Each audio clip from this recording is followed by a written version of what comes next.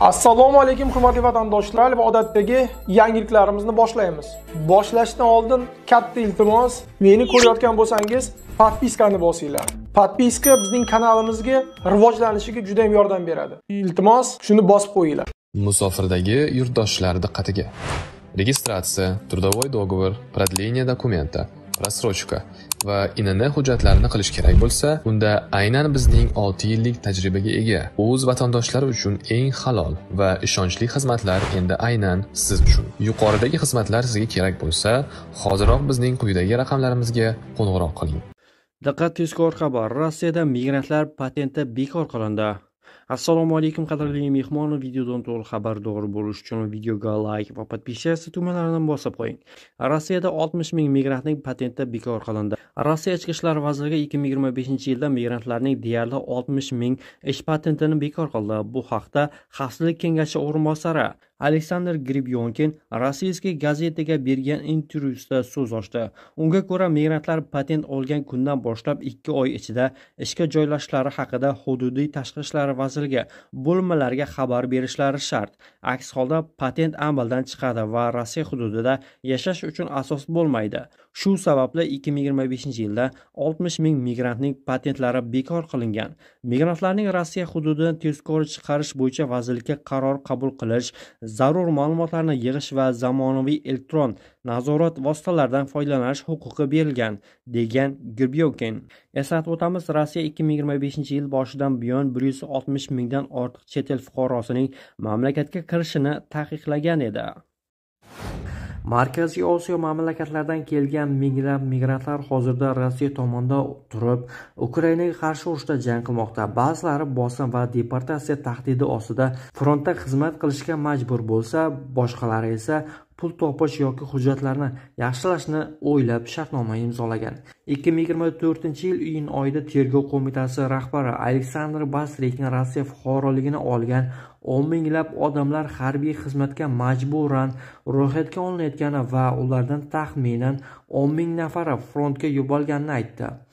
U buni migratsiyaga qarshi kurash chorasi deb tushuntirgan. Bu odamlardan biri 45 yoshli Shavkat Mashrapov. O'zbekistonda tug'ilgan u Rossiya televideniyasi dasturlari va vatanparvarlik ruhidagi targ'ibotlarga ishonib o'zi harbiy ro'yxatga olish va chaqiruv bo'limiga borgan. Shartnoma imzolagandan so'ng u Rossiya fuqaroligini olgan, ammo endi qarordan afsusda ekanligini va Rossiya prezidenti harbiy prokuratura va mudofaa vazirligiga murojaat qilish orqali harbiy xizmatdan bo'shay olmayotganini aytadi. U oilasini 2 yildan beri ko'rmaganini va armiyadan ketish imkoniyatini so'raganini ta'kidlaydi. Bu inson kabi shartnoma imzolayotganlar bir narsani yodda tuting. Siz bu yerdan hech qachon chiqa olmaysiz, hatto qaytib kelsangiz ham. Chunki qaytib boradigan joy yo'q. Rossiyada na uy, na hovli va na kutadigan, sevadigan qarindoshlar bor. Jasading qaytishi mumkin va ehtimol ular uni ommaviy qabrga ko'mib qo'yishar, lekin ruh emas, u abadiy o'liklar ustida dalalarda kezib yurishga mahkumdir, deb yozadi Shavkat. 160 mingga yaqin o'zbekistonlik Rossiyaning nazoratidagi shaxslar reyestrdan chiqarildi. Bu haqda O'zbekiston TIV konsullik huquqiy departamenti attashesi Timurbek Hamidov ma'lum qildi. Reyestrdan chiqarilganlarning 70 mingdan ortig'i huquqiy maqomini rasmiylashtirgan, qolganlari Rossiyadan chiqib ketgan. 2025-yil 9 oyda Rossiya Federatsiyasidagi diplomatik vakolatxonalarda 50.172 ta murojaat ko'rib chiqilgan.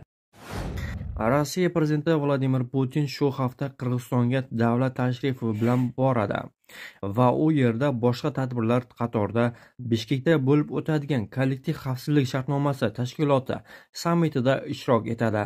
Bu haqda Rossiya 1 telekanalining Moskva Kreml Putin dasturida xabar qilindi. Rossiya rahbari boshqa xalqaro va telefon orqali suhbatlarni ham rejalashtirgan. Putinning kelasi haftadagi dasturiga 26-28 noyabr kunlari bo'lib o'tadigan yosh olimlarning 5-kongressi ishtirokchilari bilan uchrashuv ham kiritilgan. Kun tartibiga mintaqaviy hamkorlik, xavfsizlik idoralarini muvofiqlashtirish, terroristik va ekstremistik tahdidlarni zararlantirishning yangi yondashuvlari masalalari kiritilgan. Ishtirokchilar tashkilotning o'tgan yilgi faoliyatini sarhisob qiladilar va xalqaro va mintaqaviy vaziyatni ko'rib chiqadilar. Yig'ilishning asosiy hujjati kollektiv xavfsizlik kengashi deklaratsiyasi bo'ladi. Unda tinchlik va barqarorlikni mustahkamlash bo'yicha kelishuvlar, shuningdek, mas'uliyatli sohalardagi mavjud xavflarni baholash qayd etiladi. Putin oxirgi marta Qirg'izistonga 2023-yil oktyabr oyida tashrif buyurgan edi. U MDH davlat rahbarlari kengashi yig'ilishida ishtirok etgan va respublika prezidenti Sadir Japarov bilan muzokaralar olib borgan edi.